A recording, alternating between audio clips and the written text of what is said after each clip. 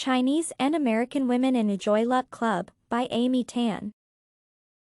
Joy Luck Club is a novel written by Amy Tan. The novel mainly highlights on lives of four Chinese women, Suyuan Wu and Mei Su, Lindo Zhang, and Yingying St. Clair, with their daughters, Jingmei Junu Wu, Rose Su Jordan, Waverly Zhang, and Lena St. Clair. They fled from the immense hardships they experienced in China.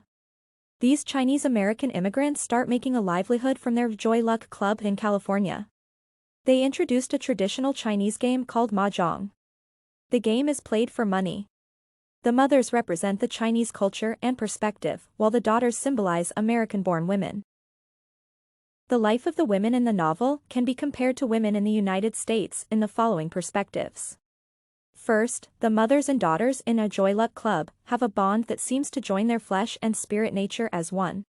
We see women taking different roles in society and staying in touch with their daughters. American women are distant from their daughters.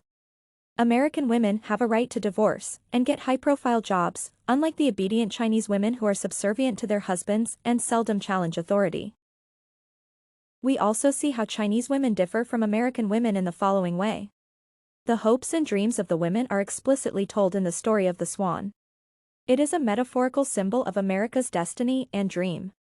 The kind women prefer to offer the best opportunities to their daughters, but it brings confusion and rivalry among them.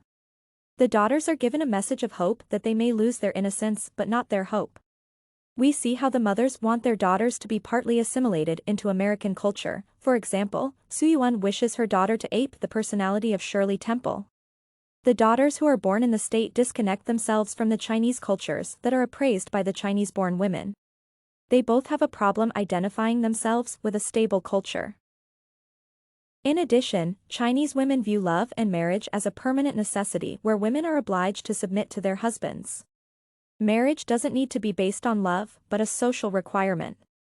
This is very contrary to the American brought-up women who see marriage as an important aspect that should be based on truth and dear love.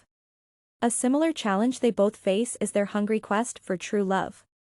To find answers, we see Suyuan fleeing and divorcing his husband, a similar trend taken by American women. Despite this trend and the misfortunes they encounter with their husbands, the daughters and mothers bond together.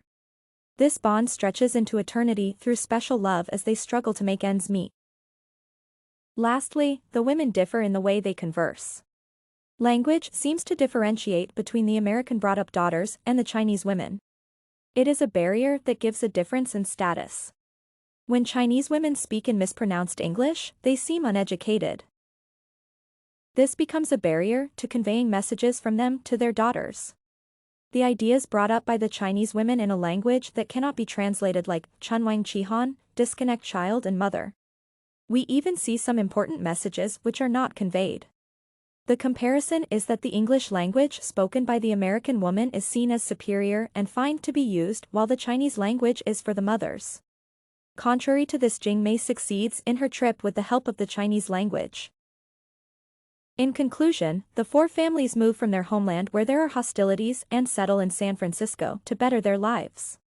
The novel A Joy Luck Club is a story of self-discovery and endurance and the challenges brought by different cultures that compare and contrasts the different lives led by the women.